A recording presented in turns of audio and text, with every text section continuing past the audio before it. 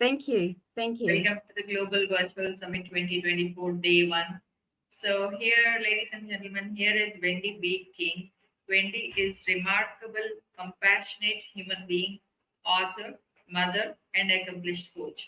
She embodies the profound wisdom captured in Alice Miller's quote. The way we were treated as small children is how we treat ourselves for the rest of our lives. With cruelty and or tenderness, we often impose our most agonizing suffering upon ourselves and later on our children. Wendy's mission is to help those struggling to find their purpose due to ingrained belief systems learned in the childhood.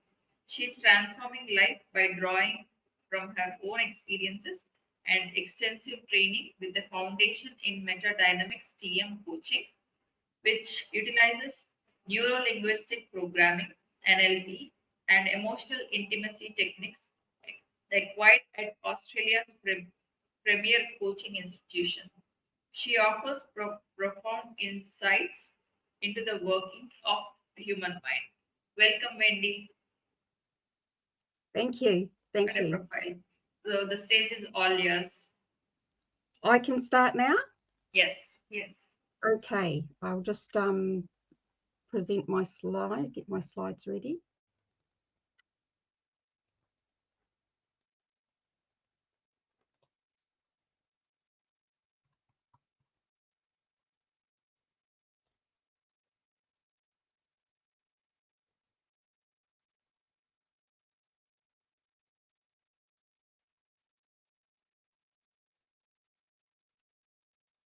Can everybody see my slides?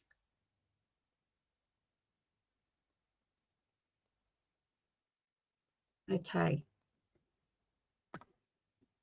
Yes, Wendy? Welcome, everybody.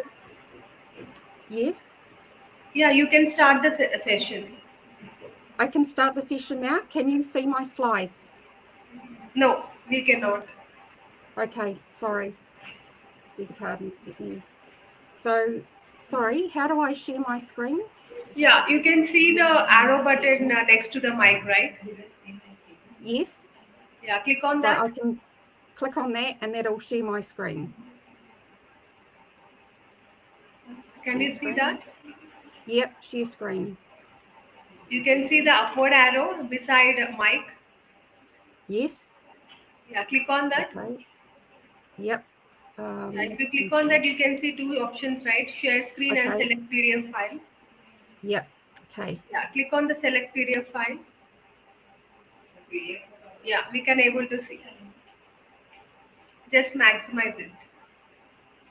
Okay. Is it just taking a little bit to load? Yeah, just maximize it. You can see the right side. You can see, right, arrow button. You can drag it. Oh. Yeah, that one. Yes, yes. Is it? Yeah. We, yeah.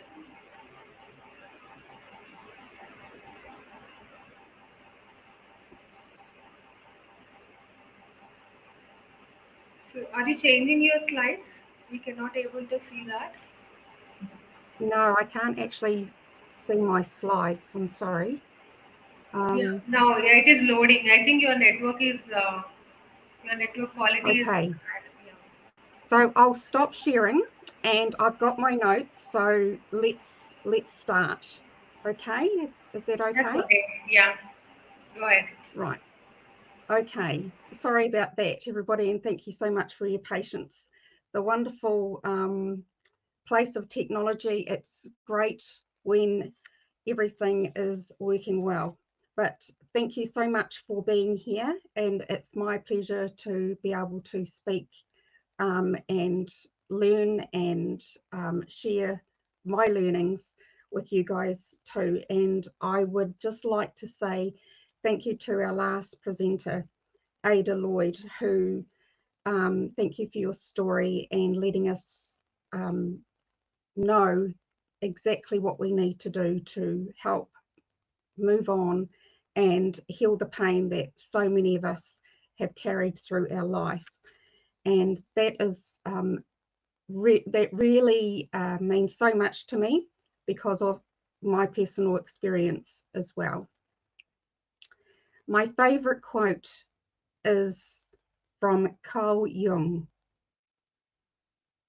I am not what happened to me.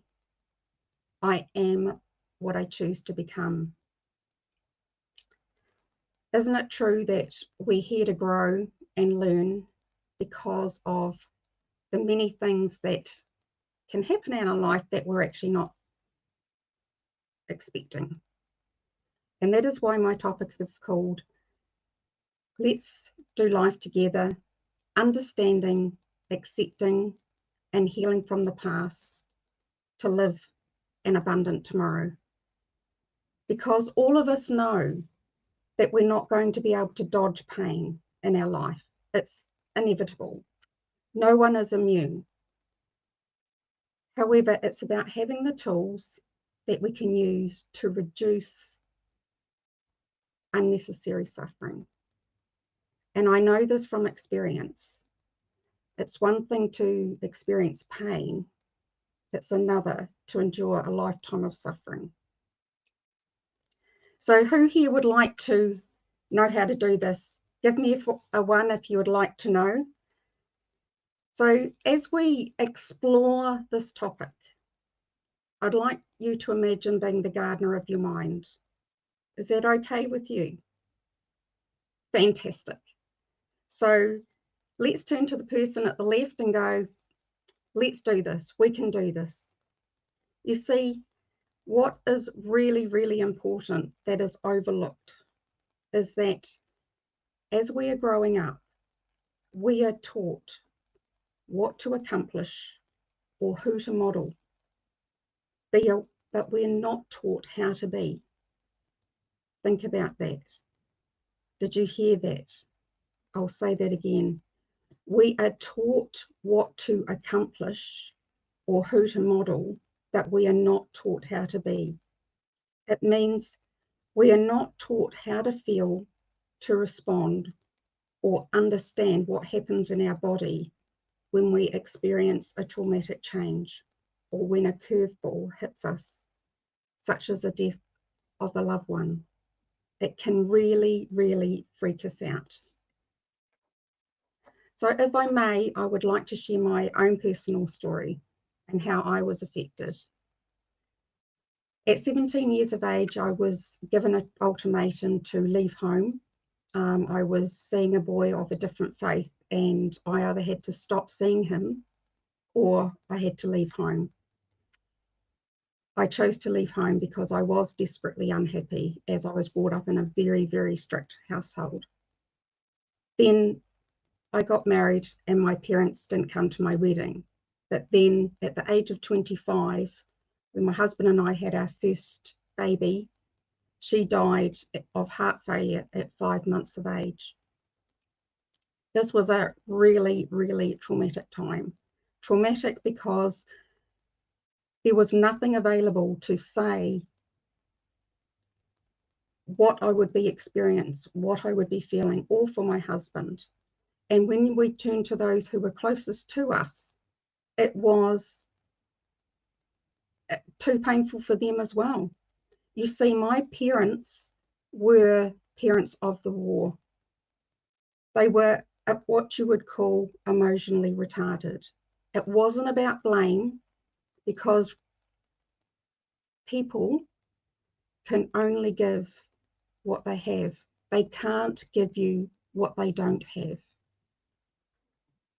So with my parents being parents of the war, there was also post-generational trauma. My father, because his mother was also lost 2 children, was affected psychologically.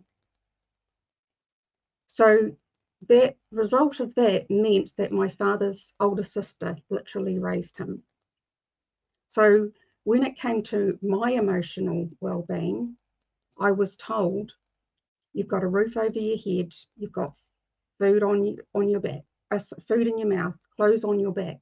You've got nothing to complain about. This is something that a lot of people in our generation and still hear and feel. Their emotional needs are not met. What people don't understand is that we are biologically wired to feel and act before we think. We are emotional beings. So for us to be told that it is not right to feel our emotions, we are literally going against how we are biologically wired. And why does this matter?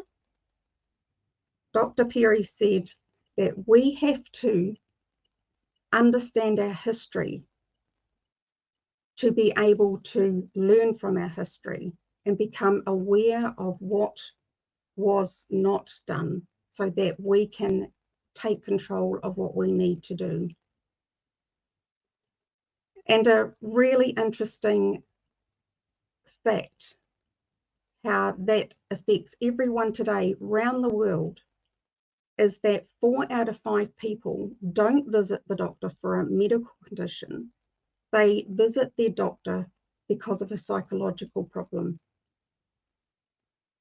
And that all comes down to the way they were treated, their belief system, and what love they did or did not get. So we all know how this affects us worldwide.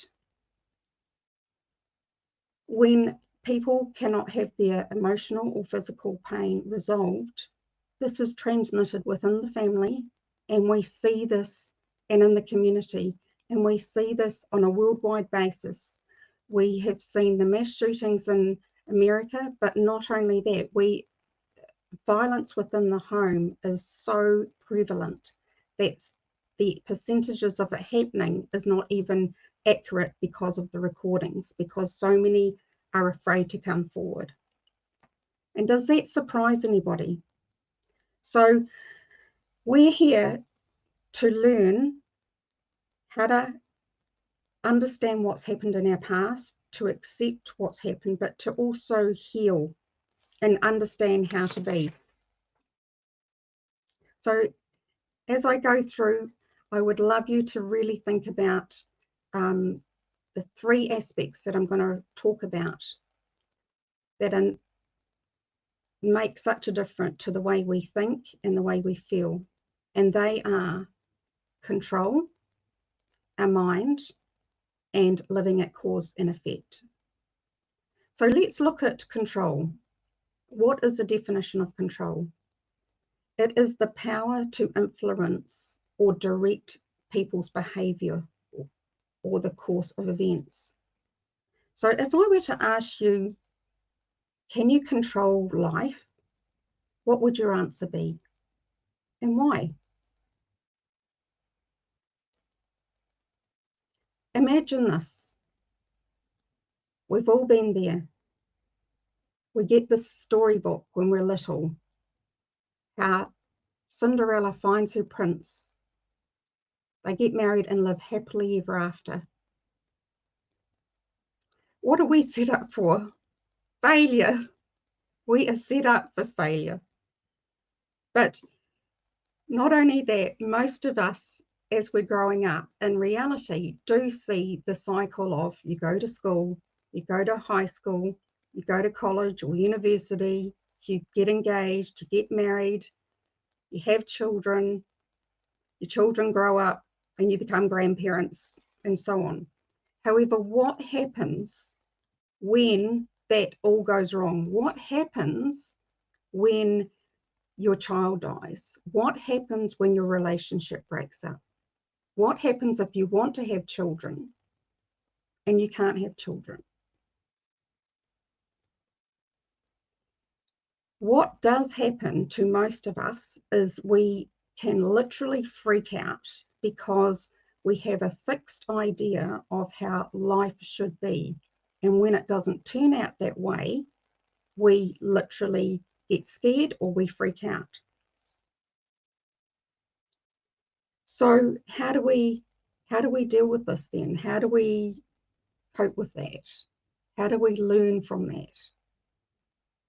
It is about letting go of how life should be. It is about knowing that life is about change. It is knowing that this moment is all we have. This moment is the moment we can appreciate we have life. We have no idea what's going to happen to us tomorrow or next week. I'd like to share a quote with you from Pema Cauldron. She said, "Inner peace begins the moment you choose not to allow a person or an event to control your emotions." And I know this well because when my daughter died, I had the mentality of why me? And I know my banner, for some reason my banner's turned around backwards, but I literally I'm 57 years of age, I was 25 when she died, and right up until I was 53 years of age, 4 years ago, I was stuck in this, why me? I still had 4 beautiful children, but that did not heal my pain.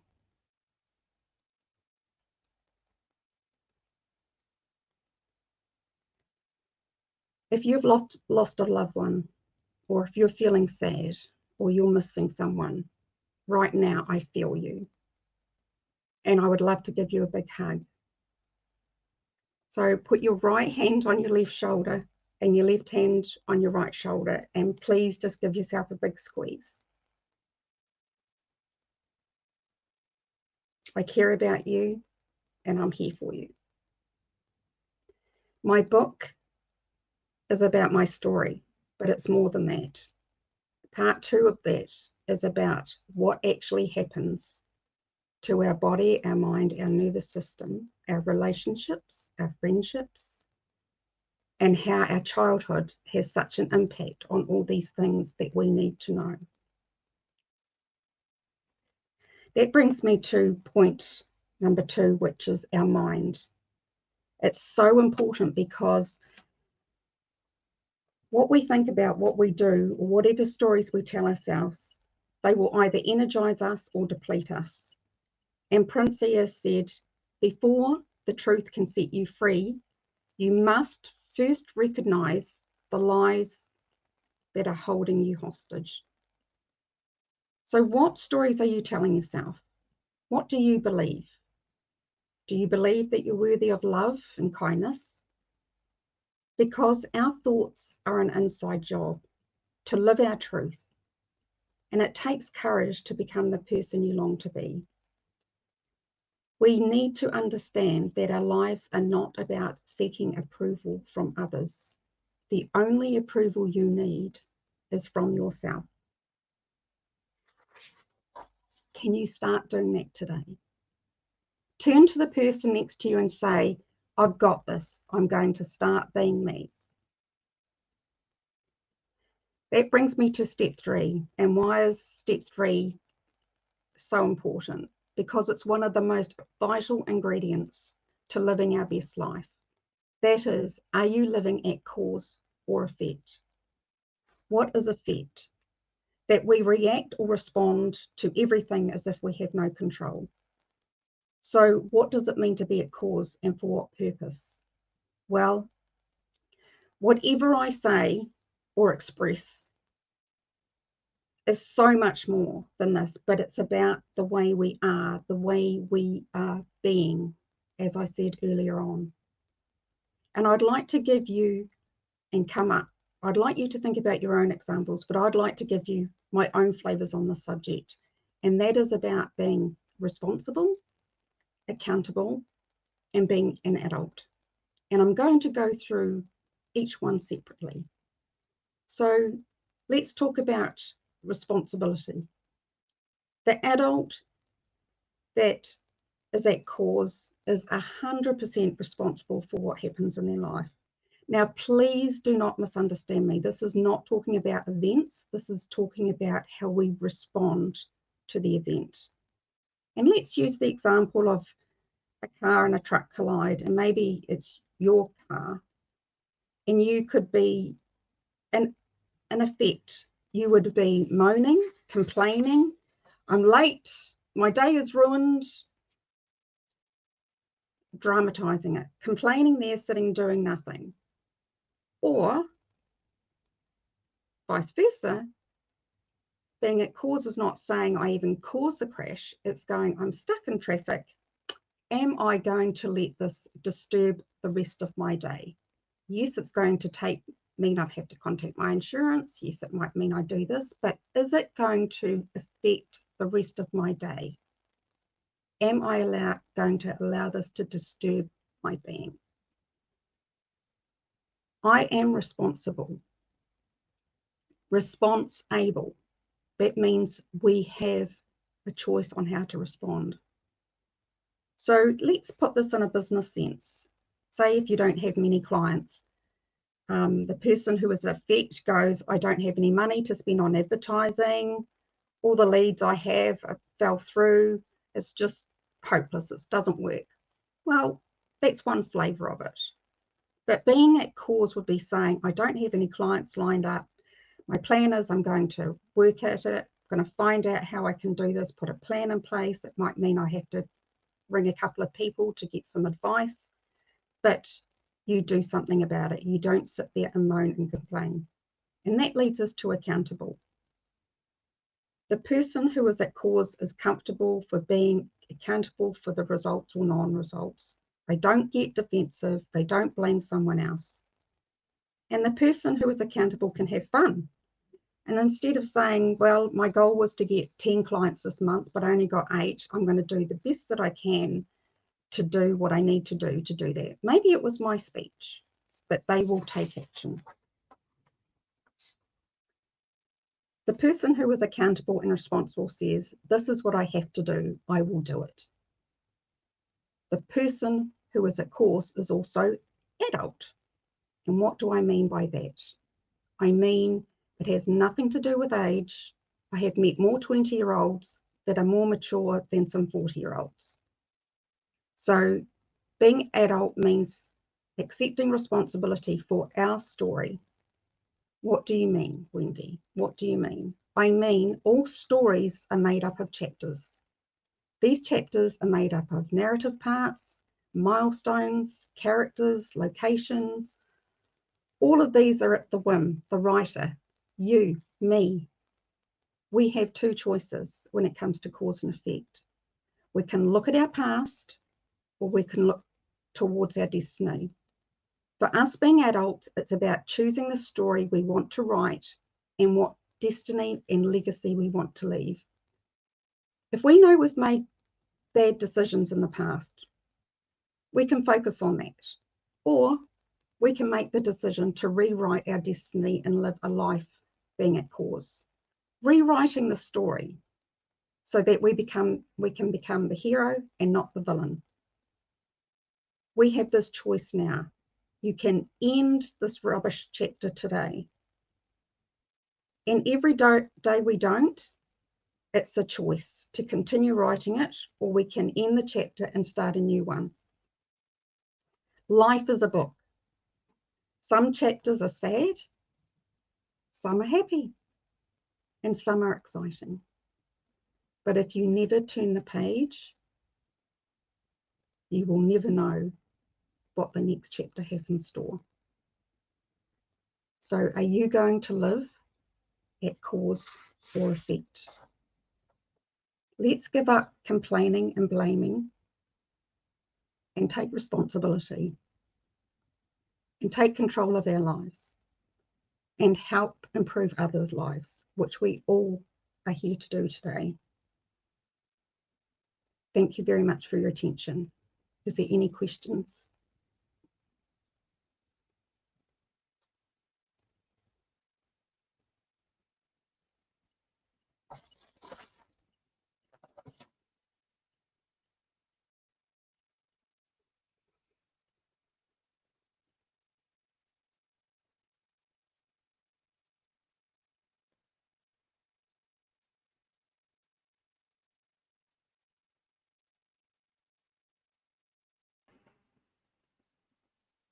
Okay. Thank you so much, Wendy, for the wonderful presentation today. So we have a question from our audience. So here is the question. Yeah, how do you measure the impact of your coaching on their lives? How do I measure it? How do you measure the impact of your coaching on their lives? On the client's life. Yes. Oh, can they rephrase that? I'm not quite understanding what that question means. Yes. So can you share a success story where you help someone to transform their lives? Oh, right. Absolutely. Of course. Well, I had a client who had seen a psychologist for most of her life. She had been abused since she was 4 years of age. She'd actually forgotten. She had stored it so far back that she had forgotten what was causing her bad decisions in her life. And by going through my program and asking her the right questions, but being very careful of her vulnerability and building trust, meant that it took 7 months for her to have a breakthrough. And when she had a breakthrough, I mean, she had a breakdown in front of me, because she had been holding on to so much pain, anxiety, blame, that she made this person, a 4-year-old, made this person do this to her. And to know that it was not her fault, but to feel heard and validated, and to understand that she was worthy of love and being here. And the most important thing was to help her live her best life. And it was then helping her go forward for that. But that was a very, very big case, where she came to, what I find is that people come to me with a problem, but the problem is not the problem. It's always something else. It always is. There's always something, but you never know if it's a traumatic problem or something, a self-belief problem. So that I've had help people on many different scales of the spectrum, as it were, but anything that I feel that I am not qualified in, I will refer on. But she had so many health issues because of it. Now she is dancing. She could hardly move. Now she's dancing, she's swimming, she is living. So for me, and she's not suicidal. She's now got a life, and she knows that it's up to us to do something about it. And she was prepared to do the work, and she understood, just from my experience, even though with my training, my own personal experience of losing a child, where I had to dig deep and do the research, do the work on me to heal my pain, my trauma, my belief systems. She knew that if I could do it, she could do it, but she just needed to know how. So that's one of my very big, I would say, success. It just brings me so much joy. Ooh, it brings me so much joy to see people that go from despair, that they're not good enough, that they're not lovable, to just embracing life. Yeah. We can see that. It means so much. Thank you so much.